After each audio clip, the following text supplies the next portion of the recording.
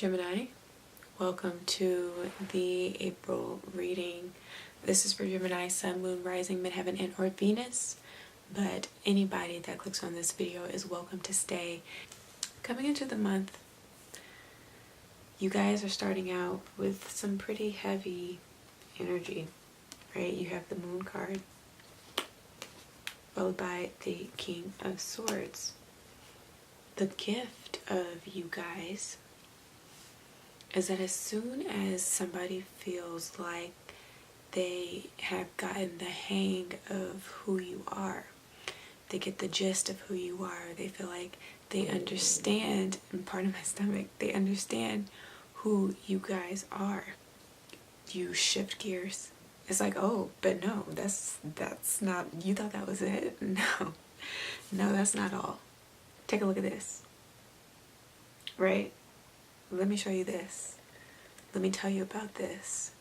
I've experienced this. This is my story.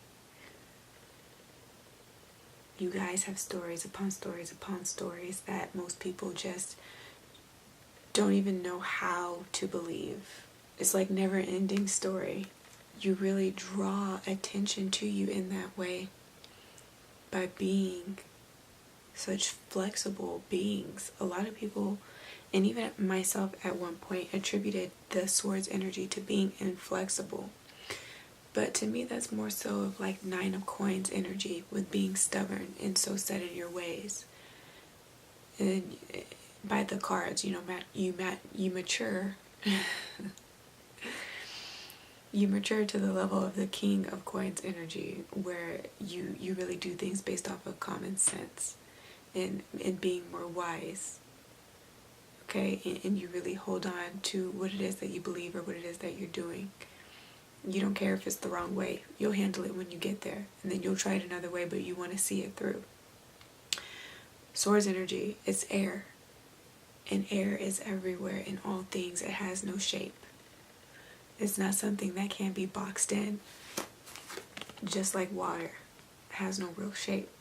It takes the shape of the thing, that the object that it resides in. It's shallow, it's deep, it's heavy, it's light, it's clear in some places, on some beaches, those that like really rave about it and attract tourists for the specific reason that they have the clearest water in the land. Is it Fiji? One of those places? But it's also dark, where you can't see the bottom. It's ominous just as much as it is innocent. And I just noticed, I've had these cards for a few months now, and I've been spending quite a lot of time, not enough time, with these cards, but enough to have realized that within the depiction, before you even make it to those two structures, there are two other pieces of steel, and on them rests a light silhouetted wolf and a dark silhouetted wolf. I had no idea. And I'm in awe. Like, how could I have not known? How did I not see that then? Was I not meant to see that then? Everything comes in due time. But that's kind of like the feeling that I get that people have in regards to you this month. Like, how did I not know? Why have I never had a conversation with this person before? After that energy, you guys have the Knight of Wands with the Page of Cups and the Six of Wands. Bottom of the deck, you have the Three of Coins, your energy as well. Mercury energy, Earth energy, communication, telecommunication, working with like internet, doing things or involving yourself in spaces where there's a lot of networking, dealing with networks, where there's a lot of access to information, like within that bubble, within that sphere that you're working with. really coming to be a sound individual, like having sound judgment and moving and making decisions based off of practicality, based off of the fact that you need what you're working on to have some sort of economic need. Like there has to be a need for it within your niche, and you're really pinpointing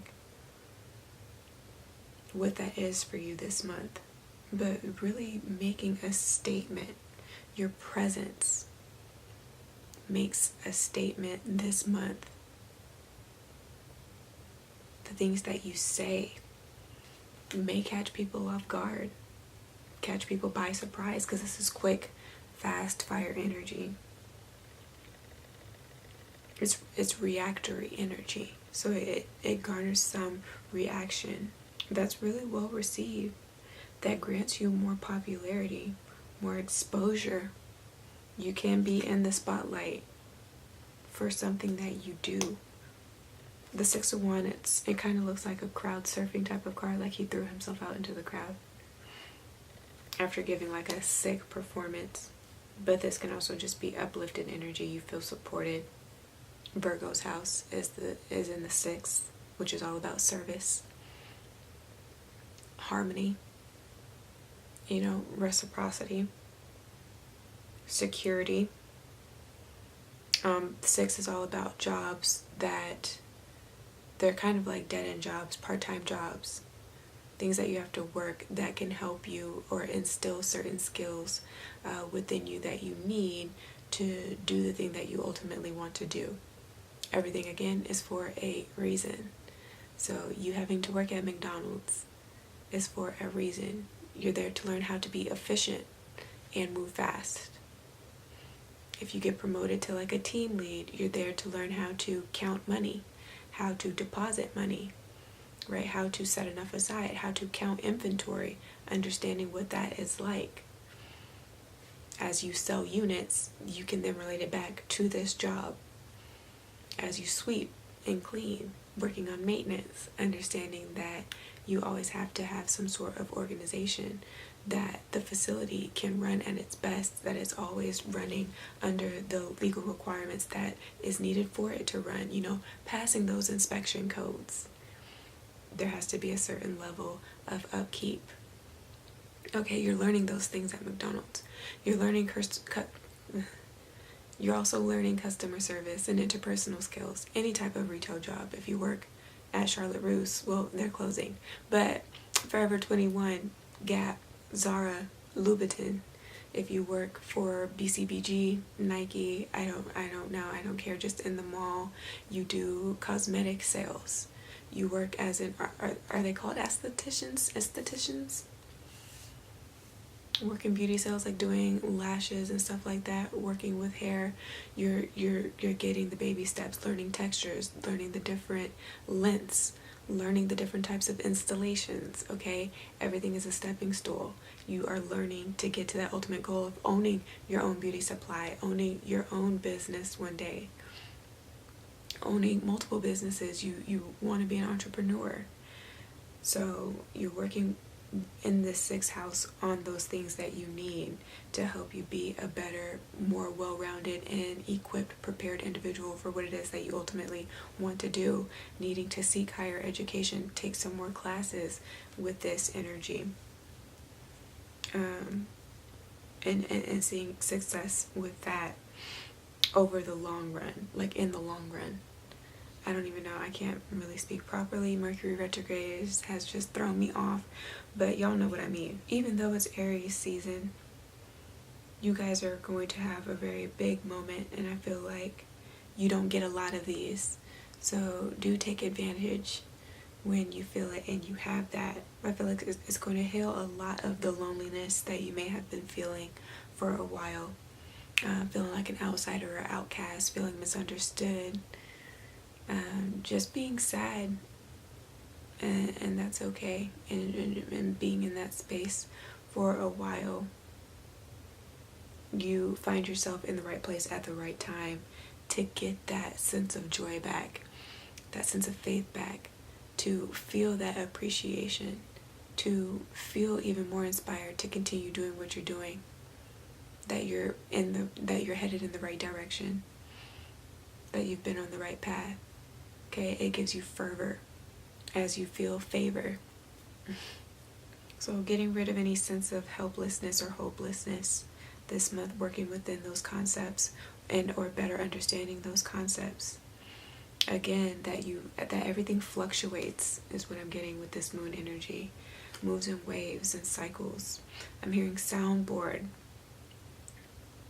working with different frequencies, with different tones, adding on an extra layer. Again, I don't know what to call these shapes. They're like triangles, but it's there and it's here. There's 3 of them. Then you end with the 3 of coins, so you might be seeing a lot of 3-3. A lot of room for cooperation, a lot of room for personal growth and development, playing with resources, playing with what you have. If you're in love, embrace it. Welcome it. Water it with the moon energy. Be sensitive with one another. I feel like you're falling more in love and finding different things about the person that make you fall more in love with them as the days go by with the moon. As you go through these different cycles, you have somebody by your side, or you can find somebody who can stand by your side through all of these ebbs and flows of life, that you want to dance to the rhythm of life with for eternity is what I'm hearing. Okay, whatever eternity is for you. I'm also hearing that you guys can be thrown to the wolves, but you'll come back leading the pack. So, as cliche as that is, I know everybody's heard that, but 30,000 times at the very least. But that is very much what I'm getting here. Okay, it's been dark. You've been in solitary confinement, maybe. You've been doing things by yourself. Nobody wanted to help you, but that's okay. Because now when you come back and you have something to say, I want to say to show, but don't prove anything to anyone.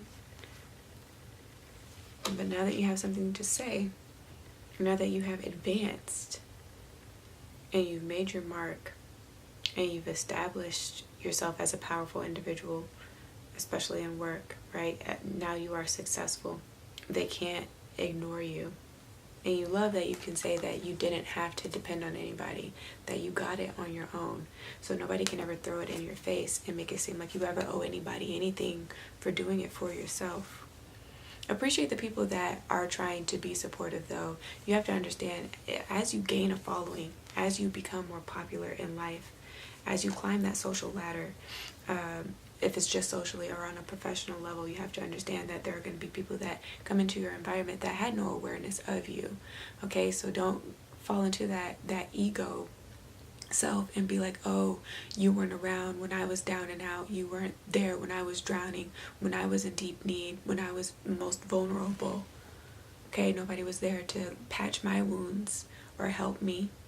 You know, who knew that you left me there to die, but that I wouldn't die because I had favor over my name? You have to understand that when you're put in certain situations and put in different positions or in certain places, there are going to be people that come along that do appreciate you off the bat, you know, that really don't want anything from you but to give to you, because they see you for who you are, right? They can see the potential of all the other things that you can be as you continue to strive and become. They see that and they recognize that, and so you should be proud, and you should also give to those that are feeding you that positive energy because you believe in yourself. They see that belief in yourself. They see the effort. They see you trying. So understand that not everybody is a hater, right? That there are no ulterior motives in a sense, but you can only believe that as you have confidence in yourself that you are no longer in a place where you have to feel like people are out to get you. If you like this video, it resonated, give me a thumbs up. Share this with your friends and family. Do subscribe for more, and hit me up if you want to book a personal private reading to dig a little deeper, go a little further.